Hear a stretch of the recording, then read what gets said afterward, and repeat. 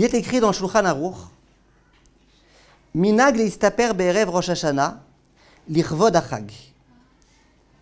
D'accord? C'est la coutume de se couper les cheveux la veille de Rosh Hashanah. Et pourquoi? En l'honneur de la fête. Alors là, il y a quelque chose de très, très, très intéressant. Le Tour et le Yerushalmi et tous les poskim, ils insistent beaucoup sur ça. Et je pense que ça va beaucoup nous aider à comprendre l'état d'esprit dans lequel on doit être le jour de Rosh Hashanah. Quel doit être notre état d'esprit? Le Tour et le Yerushalmi, quand ils ramènent cette halakha-là, que c'est bien de se faire beau la veille de Rosh Hashanah, de se couper les cheveux, de se doucher, de bien s'habiller. Le Tour, il dit, regardez un petit peu la grandeur du clan d'Israël. Prenez le cas de quelqu'un, un homme normal, d'accord, qui a un jugement. Il a un jugement dans 2 semaines, au tribunal. Imaginez-vous, mettez-vous à sa place, en plus c'est pour des grandes sommes, peut-être il va aller en prison, peut-être qu'il va aller ceci, cela. C'est vraiment un truc pas facile, d'accord? Ben, pendant 2 semaines, il ne mange pas, il ne boit pas, il ne respire pas. S'il respire un petit peu quand même. Pendant 2 semaines, il est hyper stressé. Il a une tête, rien que tu vois sa tête, tu as envie de l'accuser, de lui dire c'est vous monsieur. La tête qu'il fait, c'est dangereux. Et ce monsieur-là, il est déjà sûr et certain, déjà 2 semaines à l'avance, que le juge il est antisémite et qu'il va vouloir le rendre coupable, etc. Le juge s'appelle Maître Ben Soussan. Et c'est pas rigolo. Et il réfléchit déjà comment il va faire appel, après que machin, etc., etc., etc. Il va payer les meilleurs avocats, pas pour faire une guacamole. Et le bonhomme, que se passe-t-il avec lui? Que se passe-t-il avec lui? Il est super, super, super angoissé. Le juif, lui, il est tranquille. Mais quand je vous dis il est tranquille, ça veut dire qu'il est tranquille. Vous êtes déjà rentré dans des slichot chez les Sfaradim? Adon aselichot chatanu lefanecha. Vous avez entendu? On vient dire Hachem, Hachem, on a fauté devant toi. Vous imaginez un peu l'histoire? Tu viens le jour de Rosh Hashanah, le jour de Kippour, et tu commences à faire la fête, Hachem, on a fauté, on a fauté, on a fauté. T'es tranquille? Ouais, complètement tranquille. Rosh Hashanah, je suis tranquille. Ouais, mais tu sais que tu vas être jugé et tout? Eh mon frère, calme ta joie, parce que le juge, c'est mon père, d'accord? Donc, t'inquiète pas. Et le juif, c'est dans cet état d'esprit-là qu'il est le jour de Rosh Hashanah. Tu t'inquiètes pas, tout va bien, c'est Hachem qui me juge. Et puis, il s'adresse à Hachem, le bonhomme, et il dit Hachem, tu peux pas me donner une mauvaise année? C'est péché. D'accord? Il est tranquille, il est sûr que tout va bien se passer. Il y a ici une question. C'est quoi l'état d'esprit à avoir? On sait très très très très bien que quoi? Que c'est un petit peu...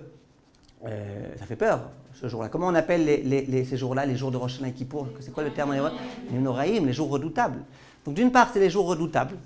Et d'autre part, le Tour, il dit, vas-y, habille-toi bien, coupe-toi les cheveux, sois tranquille, le jour de Yom Tov, on fait des bons repas, on boit du vin, etc. Alors c'est quoi exactement l'état d'esprit qu'on doit avoir? Eh bien, il dit, le Yerushalmi, je vous lis dans les mots, Umi goy gadol asher lo elokim krovim elav, vechiezo uma yesh keumazu. Quel peuple est comme ce peuple-là? Il dit quand il y a des gens qui ont un jugement, ils s'habillent en noir, ils ont peur, etc. Aval Israël et namken, el alofshim levanim, umitatfim, umisaprim skanam, veochlim veshotim vesmechim, shakadosh baruch hu selem nisim vekodvim lichaim tovim. Ça veut dire quoi? Ça veut dire justement, c'est qui le juge? C'est notre Père. Si le juge c'est notre Père, on ne s'inquiète pas. Ça ne veut pas dire qu'on ne doit pas se préparer. On se prépare au jugement, on fait tout ce qu'on peut. Mais une fois qu'on s'est préparé, on est confiant. Donc l'état d'esprit qu'on doit avoir, c'est d'une part, ce n'est pas de la blague le jour de Rosh Hashanah, on est conscient de combien c'est sérieux.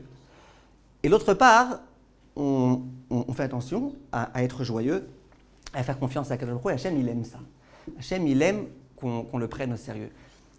J'ai entendu une très jolie histoire d'un rave qui a appelé 2 élèves à lui. Il avait 2 élèves qui avaient besoin de se renforcer en Yirat Shamayim.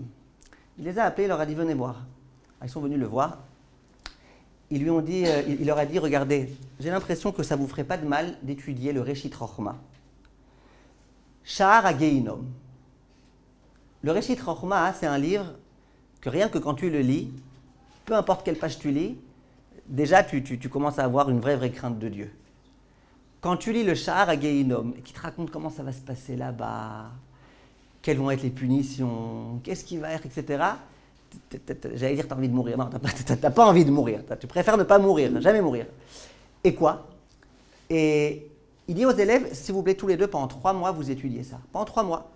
Dans 3 mois, vous revenez me voir. Au bout de 3 mois, les deux, ils sont revenus. Le premier, c'était quelqu'un de très sérieux, quelqu'un qui avait vraiment compris, intégré ce qu'il avait écrit dans le Réchit Rochma. Il arrive et il est comme ça, tout craignant comme ça, tout très peur et tout. Il dit, oh, voilà, j'ai fait ce que vous m'avez demandé. Le Rav dit, qu'est-ce qu'il y a? Tu m'as l'air angoissé, toi. Il dit, ah ouais, après tout ce que j'ai lu, le Rav dit, écoute, tu t'inquiètes pas. C'est qui le juge? C'est ton père, c'est Hachem. Ça va, t'inquiète pas. Ok, tu t'es renforcé, Chazak. Après, le deuxième qui arrive, là, tranquillo, ouais, Rav, j'ai étudié ce que vous m'avez dit. C'est quoi la prochaine tâche à faire? Alors, le Rav lui dit, tâche toi-même. Est-ce que tu as lu ce qu'il y a écrit là-bas? Il dit, ah ouais, bien sûr, ouais, sympa. C'était bon, ça fait un peu peur, hein, mais ouais. Le Rav lui dit, mais il faut que tu comprennes, ce qu'il y a écrit là-bas, c'est rien. C'est qu'une parabole, qu'un avant-goût de ce qui va se passer vraiment dans le Gehinam. Alors là-bas, il y avait un troisième qui était installé là-bas dans le canapé. Il dit au Rav Godrav, c'est quoi la vérité? La vérité, c'est qu'il ne faut pas s'inquiéter parce que Hachem, il est grand. Ou la vérité, c'est que tout ça, c'est rien par rapport à la réelle réalité du Gehinam.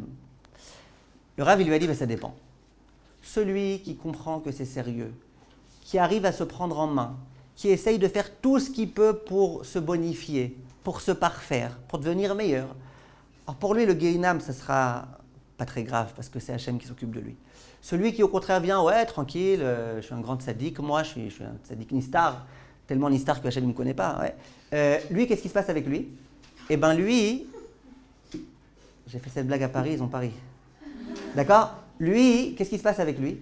Lui, Hachem, il va être très très sévère avec lui. Viennent Chachamim et disent que c'est exactement ce qui se passe avec Rosh Hashanah.